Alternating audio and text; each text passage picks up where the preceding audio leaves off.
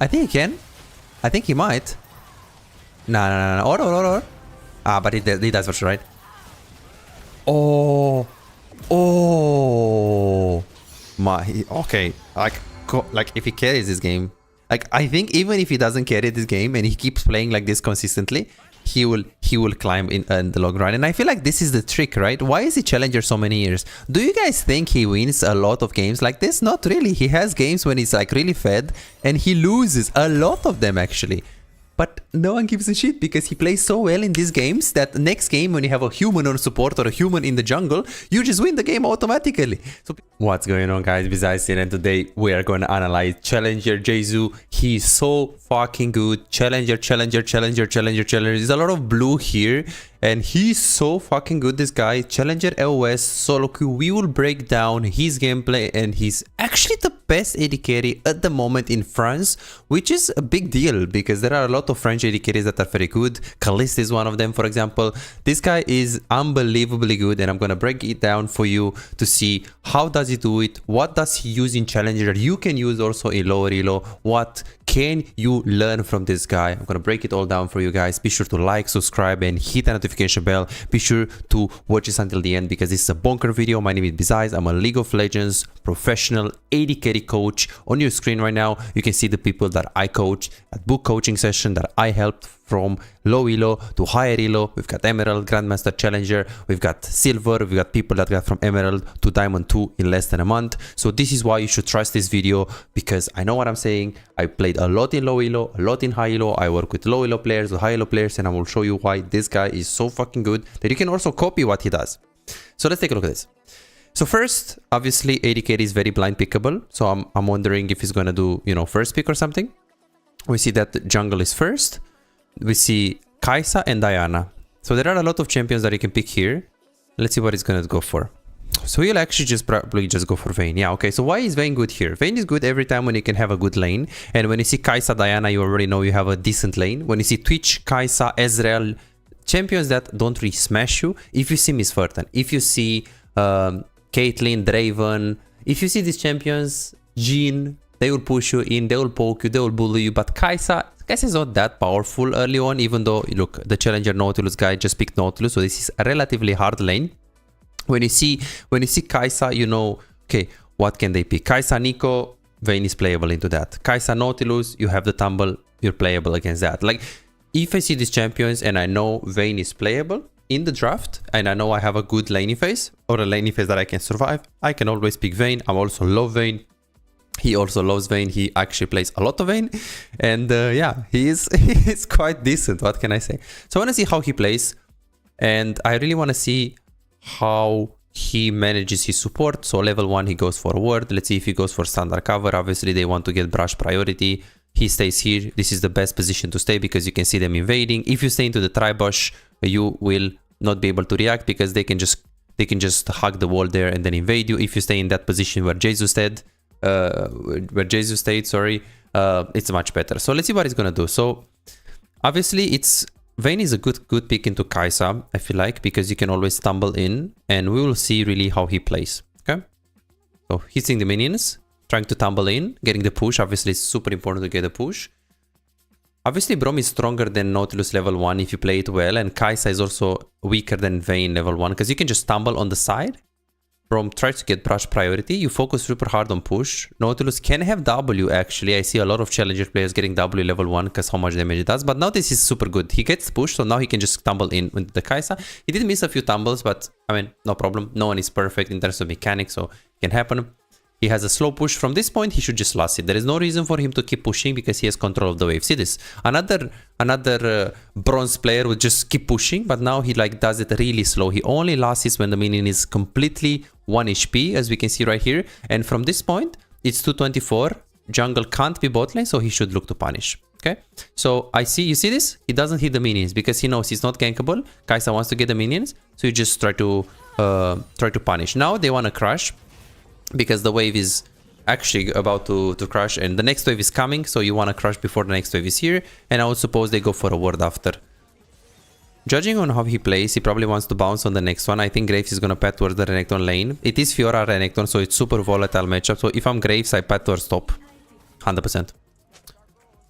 So meaning that now, if Graves is top, he should let the wave to come into him and he should not push very much. I don't know where is Kai'Sa though. So he's hitting the wave because he probably thinks Kai'Sa just backed off, and now he's probably just going to play it slower. We don't know where is Diana now, so I'm wondering if he's gonna play aggressive. So now he shouldn't really play, like, this is the middle, the line of the line from the middle of the lane. Okay, I see Graves here, never mind, that's why he's pushing. You see? If jungle is top, if he was weak side, he can let the waves come into him and play safe. But since Graves is around, you can obviously try to start getting control and punish. And I really like what he does here. Pay attention. After he gets control, pay attention to this. You see this, how he walks up? Clean, huh? You want the cannon, Kai'Sa? Fuck you. Boom. Beautiful tumble right there. Also, focusing Kai'Sa right here is really good. Because usually you want to hit the closest target. You have Braum, so you want to do, hit the closest target. But in this case, you don't want to hit a Nautilus. Braum didn't even put the passive on him. So you just stumble, hit Kai'Sa, back off. This is a trade. So let's see what he's going to do from this point. So he has 800 gold. He could recall, but I don't think he needs to recall. He gets the push. He gets a control. Graves is around Scuttle. So you can go for a ward and you can keep playing in the lane. It's 354. And my understanding is that at 420, Graves is top lane. So he actually played towards bot, which I don't mind. Because when you play Graves, I see. Yeah, see what he did, Jezu. Like, this Braum is crazy because if Graves is top, because remember, at 420, the Gromp spawns, right? If he starts top, the second camp of Graves spawns at 420, yes? So in 20 seconds, most likely now, Graves is like looking to gank mid or get double Scuttle, and he's on top lane, okay? He's about to path towards top lane. So Jesu doesn't want to contest because we still don't know where is Diana. Diana most likely path towards top lane here. It's 403, so the 420 camp, the Gromp, her second camp that she cleared, is also spawning. So this is why Jesu doesn't want to face check that. We see Braum is not as good as Jesu right here. He doesn't have the best game sense. He doesn't have the best jungle tracking. And he still plays aggressive. You see Jesu is very like conservative with his positioning. But I'm not sure why, because we actually see Diana on top lane. Yeah, but I mean, this wave is actually pushing into you. There is no reason for Braum to be in this brush. He can be here. At the same time, you can play a bit more aggressive with Vayne, because if they engage, you always win, because you have Braum into Nautilus, which is a counter, and Vayne is also really good into long fights. But at the same time, Kai'Sa is also really good into long fights, and there is no reason for Braum to be there. So I feel like both could have played better. It's mainly the mistake of Braum, but I feel like Jesu could have slightly mid-max like his positioning right here. Overall, I think that Braum shouldn't really be there. Are you an AD carry main who feels like no matter how well you play, win the lane, make good decisions, play mechanically well most of the times, but you still have no real impact? You crush it one day, win 5 games in a row and feel unstoppable, but the next day you lose every single game and start doubting yourself. Am I even a good AD carry? What can I do if enemy top lane and mid lane are so fed? Imagine a world where you never let the lead slip away. You know exactly how to push your advantage, exactly when to rotate at the right time, and how to control objectives so you can snowball the game. A world where, as AD carry, you don't feel forced to make risky plays and you don't drop your lead. But you don't have to imagine it, you can make it a reality. This is Martin. He was grinding games, watching guides and trying his best, but none of it seemed to work. The problem? He was focusing on the wrong things.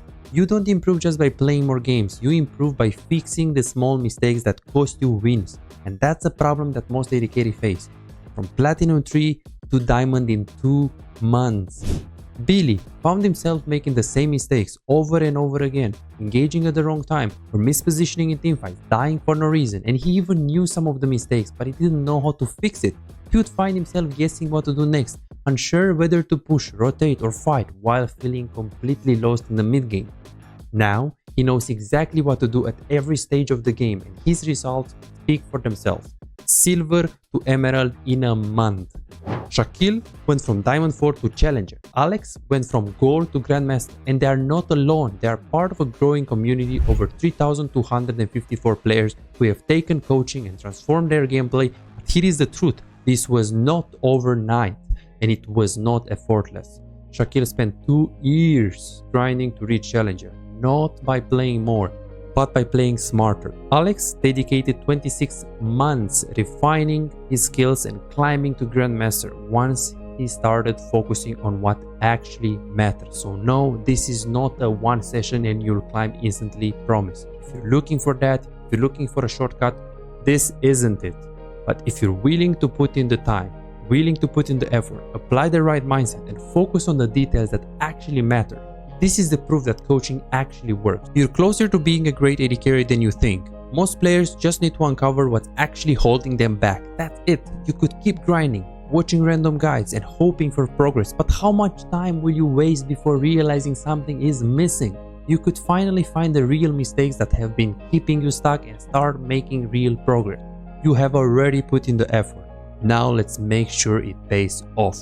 Book your coaching session now at bizaz.com. Beautiful tumble on the side right here. Pay attention to the tumble, guys. When you play Vayne, you never tumble into, like, you never tumble like this, yeah? Like, it's straight. You always tumble diagonal angle. Look at this. See this? From here to here, instead of from here to here, where you can get hooked and you can get isolated Q, you tumble behind of the minion, and then you just play from there. So what do I like from so far? I like his wave management is very good around the jungle. Like, he gets control of the lane, but he's not, like, he's always thinking, hey, is my jungle around bot? Because if he's not, I'm gonna let the waves come into me. He plays aggressive on the Kai'Sa, but he's also pretty patient. Like, he doesn't rush things. And look, now he plays back, he pings back, like, hey, let's play safe, we don't know where it's Diana, let the wave to come into us. This is what I like so far. He plays very smart. It's not about just, you know, being aggressive and playing good as in winning the lane, but it's understanding what you're supposed to do. If my Graves is top and I don't know where it's Diana, why would I play aggressive? Like, here, this is good. This is really, even if Diana comes here, you have barrier, so you can really outplay this. You have Braum, so if they go super deep, you can always outplay that. Let's see if they freeze here. Kai'Sa might just have recalled. I don't think he should recall here. He should fake recall into go. Because 3 minions is not enough to cry. Yeah, that's it. Why did he do that? So he knows that Kai'Sa is recall because obviously the Nautilus is low. You have no mana. So Kai'Sa right now, she's going to recall in the next 8 seconds. When you leave the wave like this, it's bad because this is going to slow push into them because it's closer to your tower. And if it's closer to your tower, the next wave is actually going to meet obviously faster. It's going to get here faster. 3 minions is not enough to freeze. So the wave is slow pushing into them. If this was 4 minions, he would recall. There is no reason for you to push. You have really good recall anyways with 1.4k gold. So if it was 4 minions, he just recalls. And I don't think, if it was 4 minions, I think Kai'Sa would fake recall. And then after Vayne recalls, because Vayne should know that 4 minions means a freeze, that she should recall. And then once the Vayne recall, Kai'Sa should stay to push the wave. So that's a bit of a mind game by Kai'Sa. If that was the case, we're talking, you know, if that was the case. But the case is 3 minions right here. This is not freeze. This is slow push into them. So now he knows that Kai'Sa has like 2 to 3 seconds of the recall. He baits Kai'Sa to finish the recall. And now, because he knows that Kai'Sa finishes the recall, he just pushes this. He pushes this, pushes next one, recalls. I think he doesn't need to be into the brush when he recalls. If Nautilus is a human being, this is Challenger, he always freezes this, okay? So Nautilus should stay here to freeze the wave. This is very obvious in Challenger. Yes, so you don't need to recall into the brush, which in low elo you always need to do that. He's pinging the next wave because he knows that Nautilus can stay here and freeze. So this is really good. This is really good. Why is this good? Why is this good? Why is this good? Pay attention to this. So this is very subtle, okay? So Nautilus didn't do it because he probably autopilot, but this wave is like really, really good. Why? It's because now the wave crushed. You see this? The wave crushed. I mean, there were only 3 minions and the rest crushed, which means this is slow push into you. So now what he does is actually going mid lane right here because he has a slow push into him and he knows Kai'Sa will slow push. And especially because we have Scuttle on top lane, we know we're gonna fight for that. You just go there. You have CC, you have Braum, you win skirmishes. So he's thinking about all of these things, okay? He has Braum, he knows he wins skirmishes if he's here. He knows Kai'Sa is gonna slow push. He knows we have so much stuns and so much things right here. So this is a great play. Should you do this in low elo? Not really.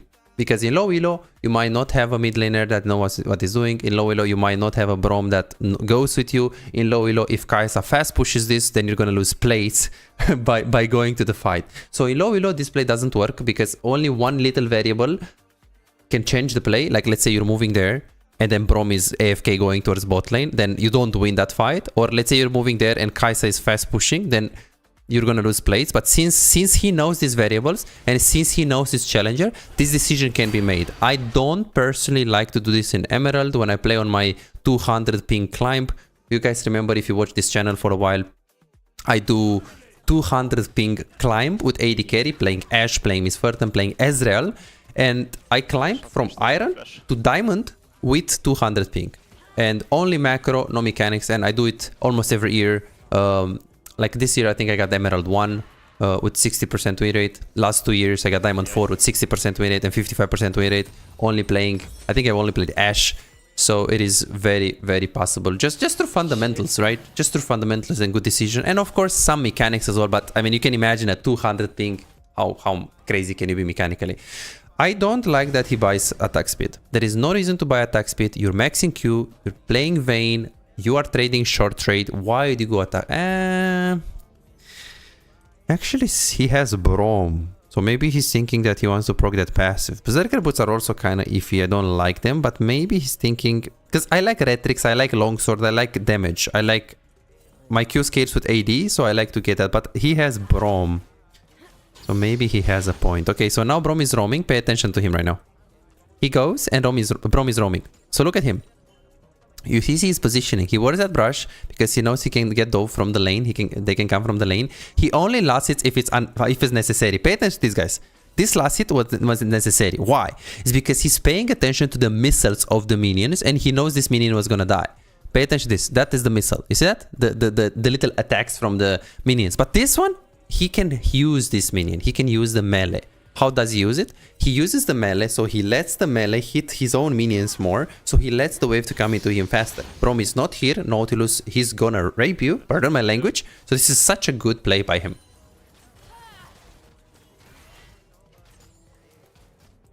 Wondering if he's gonna freeze here. He doesn't have potion, so I don't think he can force the freeze. And next wave is pretty far as well as I can see here. He's pinging that Kai'Sa is moving. He's pinging like 3 times. This is great. This is great. Is he gonna move? Is he gonna move? Is this good decision good? It's not a cannon wave, but it doesn't really matter that it's a cannon wave because no one can push that. Is this a good decision? Yeah, it is a good decision. There are grabs. It is very important to get grabs when you have Renekton Vayne. And they have Fiora. So it's really important to... okay, this decision is a lot more complex than you see. Okay, so he goes to grabs. First of all, don't ever do this. Don't ever do this in low elo. Pay attention to what I'm saying right now. So he knows that he really doesn't want, he really doesn't want to let Kai'Sa move, but obviously Kai'Sa is gonna move and he pings and he's moving. Usually in 99% of the cases, if the distance is this big, like if we're talking about Kai'Sa is already there and you can just push this wave and get plates, in the 99.9% of the cases, you just push and get plates, okay? There is no reason to go to the fight. The fight is coin flip. Maybe your team is not even gonna fight. In this specific case, this is Challenger, okay? So he knows if Fiora gets plates, if Fiora gets 3 grabs, it's going to be unbelievably hard to win the game. He knows that we have Braum and Syndra. There is no reason for us to not fight because we win so hard skirmishes. Vayne or Braum is really good. And he knows that they can buy time and they can wait Vayne before they can fight. So he moves, even though he could just push and get free plates. Kai'Sa is very advanced. So if you're low elo, please, I beg you, don't do this because in most cases, you will be there late. And in most cases, your team is going to die before you get there. And in most cases, if you get plates and you get level up, it's much better. So this is very crazy. It still didn't work, as we can see, but this was still a good decision. So if I coach here a Challenger player, I would tell him that his decision was good. Only sucks that, you know, Kai'Sa was there first, but that's the tempo of the game. You take this and you go back to bot lane. So please don't do this in low elo. In high elo, yeah, it works because he was thinking about all of these things and stuff, but it's not how it works. It's not how it works in low elo. In low elo, your Braum is not going to be there, or maybe they are not going to wait. They are going to die before you get there. So now he's going to freeze and he's going to play it super slow. Braum is coming to the laning phase as well. Let's take a look at what he does. Pink's on my way. They win really hard to v2. Look at the items of Vayne. Ooh. Okay, let's see. He got the Q. It's over. His mechanics are so slick, man. So like he's so precise. I think he's using A click. I think he's using A click. Did you see that? After he gets the kill, he immediately checks how much gold he needs for the item. It is very important. And a lot of people tell me like, oh, besides, I know how much it costs. You know, I don't need to look. I'm like, yeah, just look, because in the game you have to look about so many things. You have to think about so many things. If you just check the gold, it's always good. Okay, he does Drake. The HP of the Drake is 1.5k. So there is no reason for it to be to Drake. There are cases where you need to be a Drake. And in these cases, like for example here, if the enemies can contest Drake, then you should move. In most cases, at AD carry, you don't like to move. Like here, we see that we have good vision here, good vision here. The Drake is 1.5k HP, so you shouldn't move. if the Drake is 3k HP and like enemies are here, there is a universe where you can stay here. But when you stay for Drake, you very rarely stay until 1 HP. You usually do 3, 4, 5 auto attacks, maybe sometimes 2 auto attacks. You help a little bit so you can speed up the Drake and then you go back to bot. So what I'm saying to you right now is that there are cases where you should help with the Drake. In general, if you can and if it's secured 100%, you shouldn't help. And it all depends on the HP of the Drake, if the enemies are there, and yeah, if the enemies are there and it's a high chance that they are going to contest, then you should be there in most cases. A Drake, of course, unless you're low HP. If you're really low HP and you're risking dying, you're risking like it's a high, super high risk that you're gonna die there, it's better to ignore. Or if the Drake is already done, it's better to ignore. Or yeah, if they don't need your help, it's better to just, you know, just recall and get your tempo. Okay, I really want to see what he's gonna do here. So he actually takes a lot of plates, as you can see. Nautilus is top lane, so this is, in my opinion, a mistake. Okay, this should be an easy dive. Let's see how he's gonna play. He has RQ, he has Condemned. Wow, he played really well with the... Oh... I mean, Braum kinda hinted, honestly, but he still played it really good. Like, he still played it... I mean, the Yasuo, I mean. The Yasuo played it really good.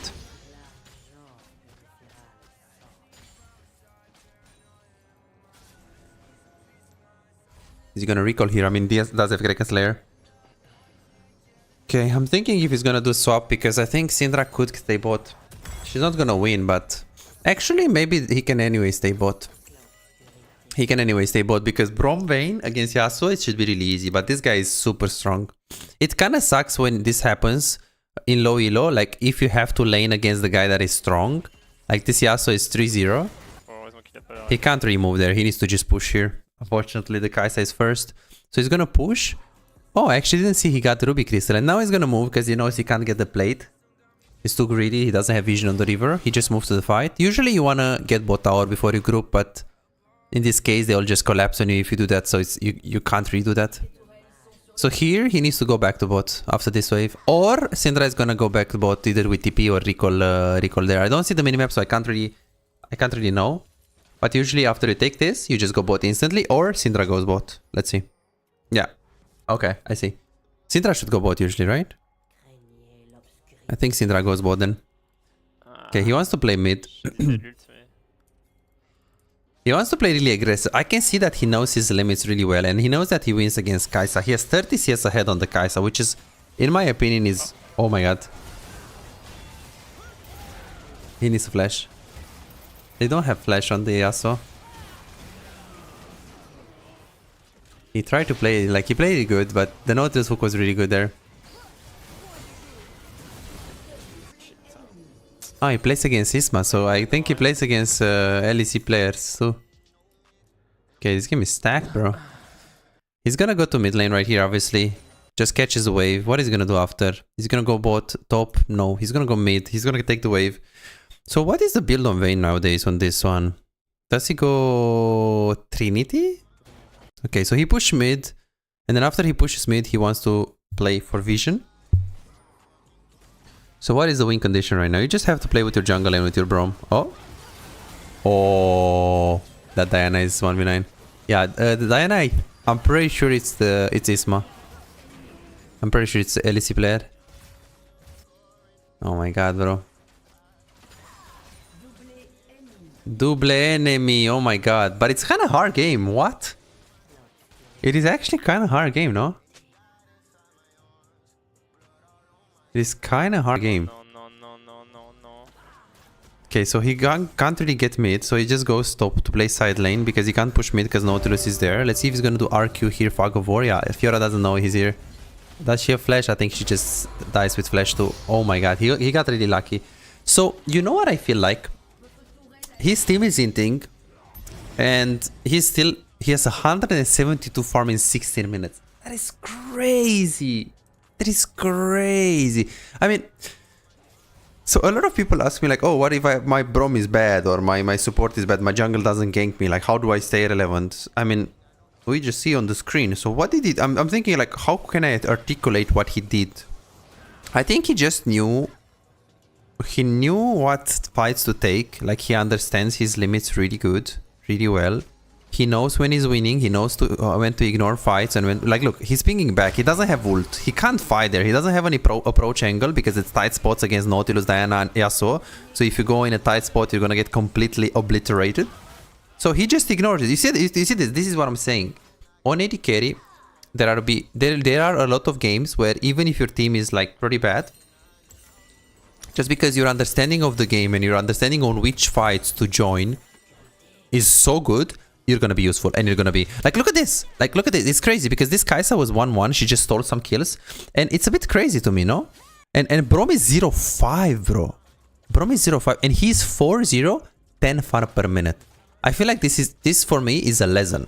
Like, bro, if your support is bad but you have such a good game understanding, you have such a good decision making, such a good understanding of when to fight, when to join the fight, what fights to get to, when to ignore your team, when to not ignore your team.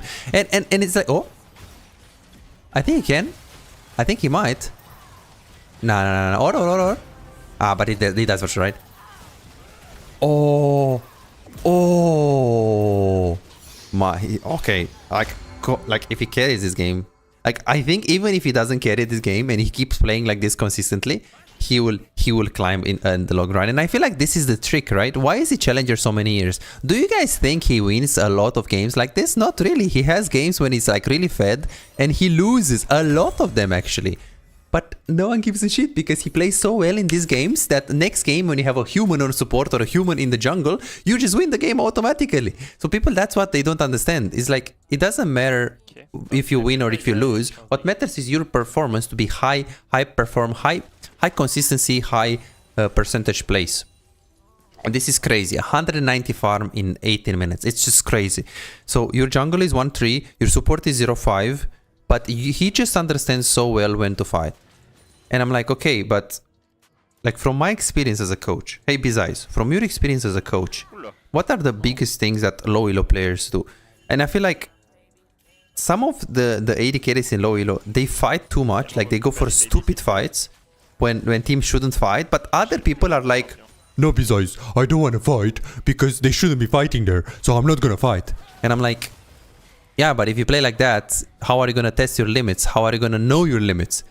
The reason why Jesu is so good at understanding which fights to pick is because he tested his limits and he took fights that he didn't think they are good. So he tried to get out of his comfort zone. So my advice, if you are, you know, below, especially below diamond, but probably below master tier, you should from time to time test your limits.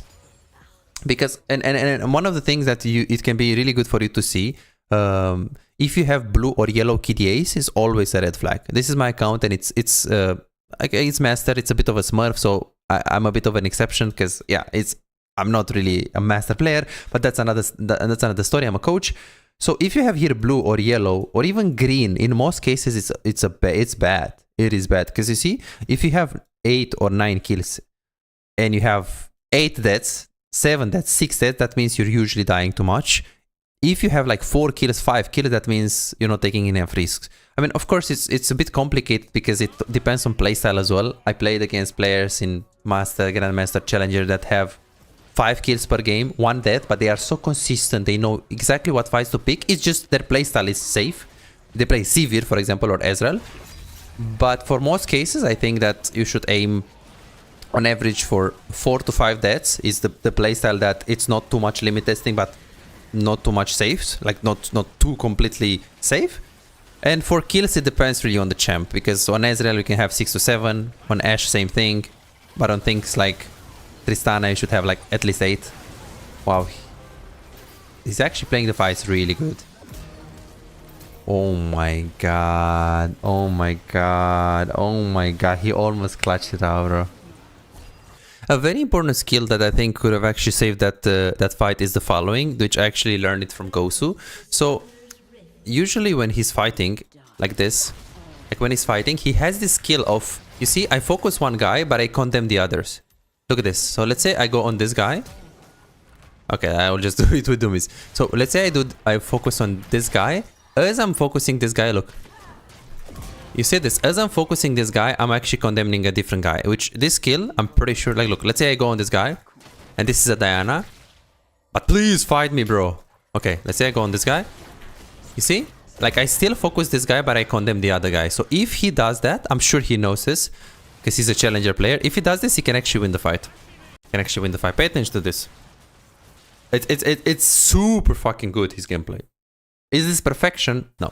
I mean, I don't think it's perfection. Like here, let's see. Here, I feel like he went too aggressive. I feel like he could have gone a little bit more from A here. Like, this angle is a bit safer to go over the wall. And here, like, when he does this, like, now he doesn't condemn Yasuo, he condemns Diana in the air. See what I mean? And if he does that, maybe the Yasuo doesn't die that fast, but Diana is not going to do that damage. Because Yasuo was already CC'd. So I feel like this is what could have saved the fight. But to be completely honest, he played so fucking good this game. I really want to see his KDA. So he goes Trinity, Hexage. I really want to see his... So his junk, his top is losing. He's 2-4, 2-5, 2-5, 0-6, and he's still so fucking good. He's one level up. Even though Kai'Sa is so easy for AD carry. You guys know it's so easy for AD carry to be ahead. Like when your team is ahead, it's so easy to win, no? But when your team is behind, this is crazy. And I feel like this is the secret, if you want to say it like this. This is the secret of how do I climb on AD carry. You need to be significantly better than your enemy. Okay? Can you do this in every game? I don't think if your team is like really behind, you can be 8-1 every game. No. But you just need to do your job better than enemies. So for example, his job was to win the lane and carry the game. And he's 8-1. So he's doing his job. The Kai'Sa's job was to survive because she has a bad matchup. And just play for the catch for the Nautilus, right? Which she didn't do because, I mean, okay, now she has kills. But in the early game, she actually lost a lot. So Vayne did her job better than Kai'Sa. If Vayne is 0-0-0 and Kai'Sa is 0-0-0, we can argue that Kai'Sa did her job better because Vayne didn't win the lane. Of course, it's more complicated than that, and being even against a Vayne is not necessarily the right thing. But I just say so you guys understand that sometimes your goal is just to survive, and if you survive, you did your job, you know? And if you do it consistently, if you are consistently better than your enemy, you will on the long run climb, right? Even though you will have games like this that is unwinnable, right? It doesn't really matter. It doesn't really matter. So you need to use these games that are unwinnable to learn. So next game, when instead of having 4 teammates that are worse than enemies, you have 3 or 2 teammates that are worse than enemies, you can make the difference. But guess what? If you still repeat the mistakes that you repeat in every game, you will not be able to carry this game. So every game is an opportunity for you to fix something in your gameplay, to fix a pattern. And this is why I recommend you coaching session, because in coaching, you will know exactly what to fix and what is the biggest thing that is holding you back and the real things that are holding you back, and you'll have a plan to fix the mistakes. So guys, check out the coaching in the description. If you truly want to get better on AD carry, you want to climb, you want to get better, you want to see what really holds you back, and you want to learn faster, guys, go to bizarre.com if you want to have more impact on AD carry. Let's see how he plays this fight. RQ on the side, Nautilus flash ult, but it's so unplayable. Like, let's be honest. It's so unplayable. It's Diana engage, Kai'Sa engage, Kai'Sa follow up, Nautilus ult. It is so hard. I would personally not go RQ like this. I would RQ a little bit more towards Braum. But this is a little bit nitpicking, you know? Like, instead of going on the side, you just RQ here. You can't really RQ towards Syndra, but you can RQ like this so you can be a bit closer to Braum. Because you see Braum, he can't really lock at you, because you're running away from the Braum. He healed, but that's it. So it's like pretty hard to play, to be completely honest. But I think in my book, this game is won. Even if he loses, because he played so good with this support, he played so good with this jungle that didn't gank, that next game, anyone that is better, he's gonna make the difference. Like, look how good he plays. Look how well he plays in the team fights. Crazy. Holy shit. Putain, je me suis pris le He killed 2 people. Crazy how good he played it. Crazy how good he played it, bro. Oh, ça fait chier. I'm actually very happy with this. He played so well. He's 10-3. Yes, but like, if we ask both teams, who is the better AD carry? I mean, Kai'Sa has kills, but The real better AD carry, you already know it. We already know it. And if this guy was able to make the difference so hard with enemy AD carry when he has 4 people that are behind, you can do it as well. And this is high elo. It's like people will punish you, they will dive, they will shit on you a lot harder than in low elo. In low elo, they actually give you a lot of a easier chance. Guys, let me know if you like this video. Hit the comment below, hit the subscribe button. Thanks so much for watching, and I'll see you next time. Bye bye. $5. If you have problems improving and getting better in the game faster, but you cannot afford booking coaching, on my Patreon you can access more than 627 VOD reviews, premium videos about how to wave management, mid-game macro, and tier lists that will show you the best champions to climb and to improve for your elo. And these are not on YouTube, this is only on Patreon, they're exclusive. Moreover, you can participate in the free coaching waiting list to get a premium VOD review. I'm giving away 2 free VOD reviews every single week. All what you need to do is simple 2-step process. Subscribe to my Patreon and share your OPGG, and voila, you are on the waiting list. You're gonna get a personalized VOD review for any game in your match history. For just $5, you get not only the free VOD review, but a whole bunch of exclusive benefits that will supercharge your gaming experience. It's a small investment for a big return. And it's just $5, it's no brainer, right? But here is the deal, you've got to act quickly. The waiting list is already filling up fast. 55 people already subscribed to the Patreon, and there are 6 people that they already are on board, they are on the waiting list. And more are joining every moment. Now, do you want to secure your spot for a free VOD review? Go ahead on my Patreon and reserve it right now.